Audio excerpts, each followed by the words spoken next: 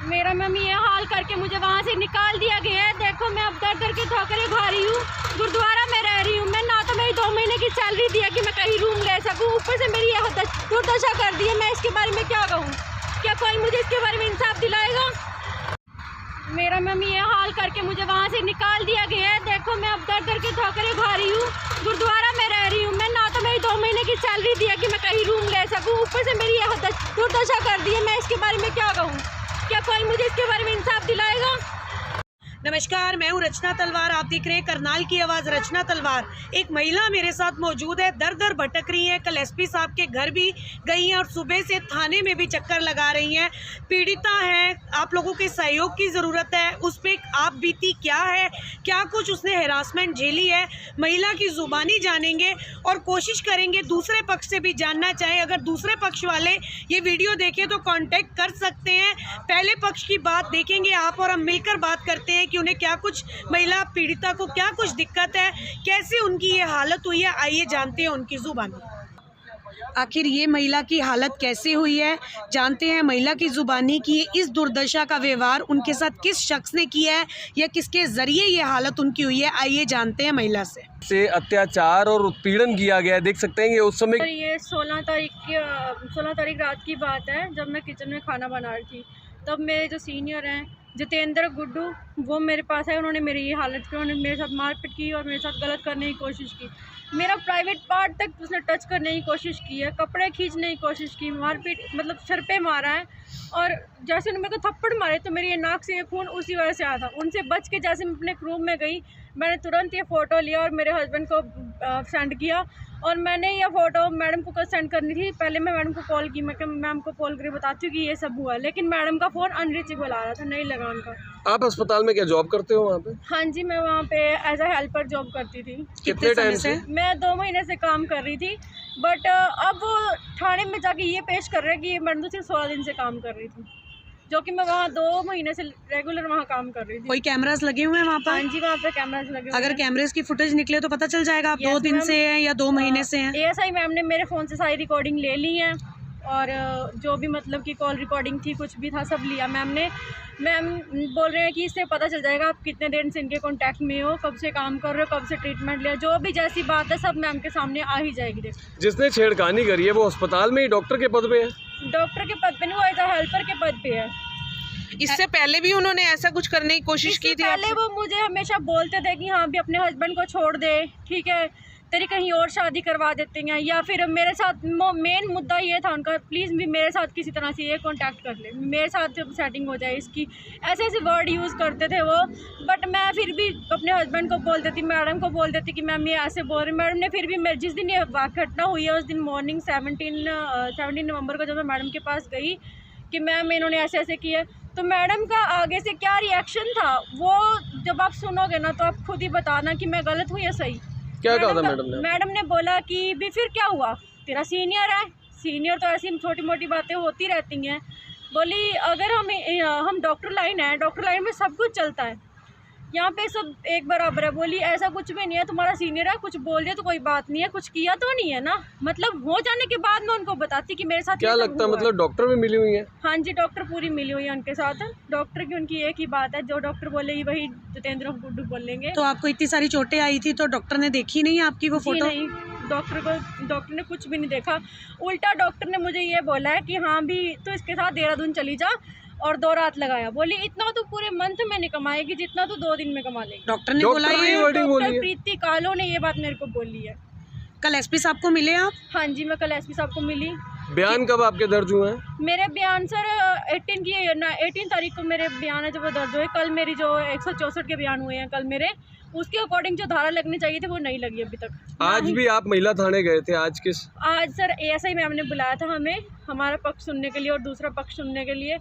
अभी recording check हो रही थी कैमरे की, उसमें जहाँ शो होता है कि हाँ भी वो ऊपर जा रहा है कमरे, मतलब ऊपर में जहाँ मैं रहती थी वहाँ पे आया है, लेकिन उसकी आगे रिकॉर्डिंग शो नहीं कर रहे। वो भगवान जाने उन्होंने कैमरे को क्या किया क्या नहीं, मैं कुछ नहीं जानती। मतलब इरेज कर दिए होंगे? हाँ, मैं भी ऐसा कुछ किया है तब भी सामने नहीं आ रहा। नहीं, जब वो जाता हुआ दिखाई दे रहा तो वो आता है, तब क्यों नहीं दिखाई देता? तो जब उस युवक के द्वारा, जो आप डॉक्टर जितेंद्र गुड्डू बता रहे हैं, उसके द्वारा जब इस तरह की हरकत की जा रही थी तो आप अकेले थे, आपने चिल्लाए नहीं, आपको मैं आया नहीं चिल्लाई था? थी, बट हॉस्पिटल में सिर्फ पेशेंट थे, बाकी कोई भी नहीं था। पेशेंट भी सिर्फ 2 ही थे, 2 पेशेंट थे वहाँ पे, और कोई भी नहीं था वहाँ पे जो मेरी आवाज़ सुनता।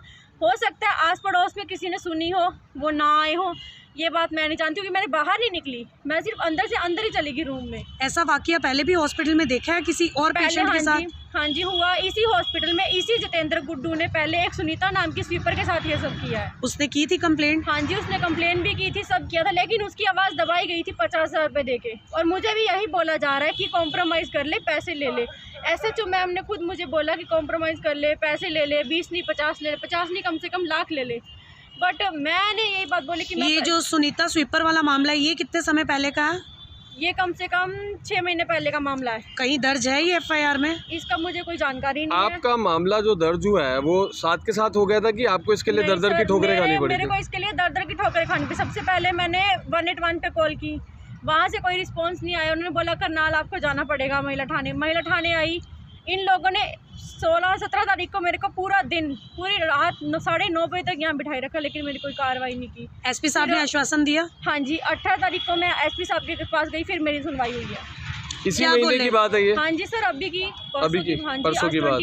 18 नवंबर की बात है ये। SP साहब ने पूरी बात सुनी है? हाँ जी, उन्होंने मेरी पूरी बात सुनी। उन्होंने तुरंत ही फ़ोन करके इनको बोला कि जैसे तैसे है, सब कार्रवाई करो, कि जो सच्चाई वो सामने लाओ। अभी आपको क्या लगता है, आपके बयान दर्ज हो गए, महिला थाने आप गए थे, क्या लगता है आपको, क्या आश्वासन मैं दिए गए? उम्मीद तो यही करूँगी, मुझे आप ये तो यही बोल रहे हैं कि आपको इंसाफ मिलेगा, बट मैं कैसे वो करूँ जब तक ये सब नहीं होता। अब कैमरे कल चेक करने के लिए गए, उन लोगों ने कल तो चेकिंग नहीं करवाई, आज खुद से पेन ड्राइव ला के मैडम के सामने रख दी।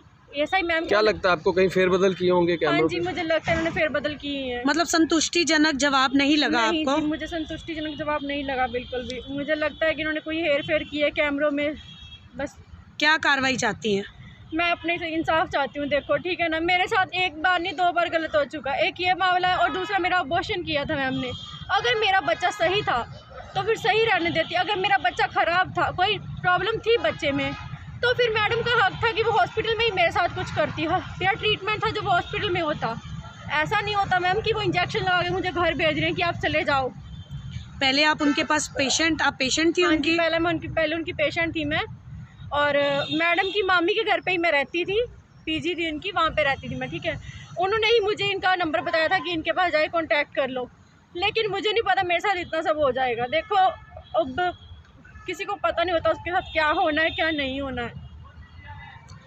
तो आपका जब अबॉर्शन किया गया था तो आपको बताया नहीं था, साइन नहीं करवाए थे, आपको कुछ इस चीज़ की जानकारी नहीं दी मुझे गई इस चीज़ थी की कोई कि जानकारी बच्चा नहीं। खराब हो चुका है, उसका अबॉर्शन करना जरूरी है? जी नहीं, अगर ऐसी कोई नौबत आती तो पहले पता चलता है। हमें अल्ट्रासाउंड के लिए भेजा गया कि हाँ आप अल्ट्रासाउंड करवाने जाए। मैं साइंस स्कैन वालों के पास अल्ट्रासाउंड करवा के लाई।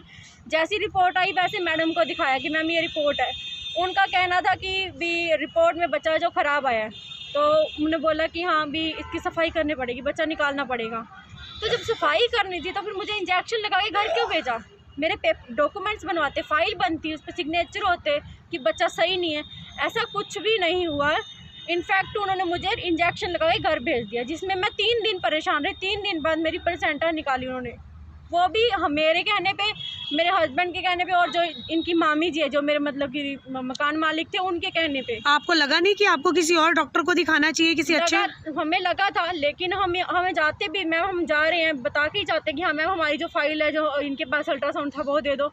उसने ना तो हमारे उस टाइम पे अल्ट्रासाउंड दिए थे ना कुछ। ये तो सब ट्रीटमेंट जब हो चुका है ना उसके बाद दी है। मतलब उन्हें लग रहा था कि उनसे कोई गलती हुई है? हाँ मैम, ऐसा उनको लग रहा था। तो इस गलती को छुपाने के लिए उन्होंने आपको अपने घर में ही जगह दे दी? यस मैम, इसी वजह से उन्होंने अपने घर पे ही रखा था कि हाँ ये यहीं पे रहेगी, तो कहीं बाहर नहीं जाएगी, ना ही मेरी किसी से बात करेगी। और उसके बाद भी मैम अब भी ये सब होता रहता है वहाँ पे। अब भी बहुत ऐसे केसेस हैं जो मतलब मैम ऐसे ही करते हैं, इंजेक्शन लगा के ही घर भेजते। मेरे सामने हुए ये सब। तो जब आपके साथ इतना बड़ा मामला हुआ फिर आप वहाँ पर क्यों रहने को तैयार हो गई थी? मैम मैंने उससे जॉब पूछा कि मैम मैं कहीं जॉब कर लेती हूँ, अपने रूम हमें दिया जॉब कहीं और। वो बोली जॉब कहीं और क्या करनी, तुम मेरे पास ही कर ले, मुझे भी ज़रूरत है तुम्हें भी ज़रूरत है। इसलिए मैं वहाँ पे उनके साथ लग गई थी जॉब करने के लिए, नहीं मुझे कोई ज़रूरत नहीं थी वहाँ पे।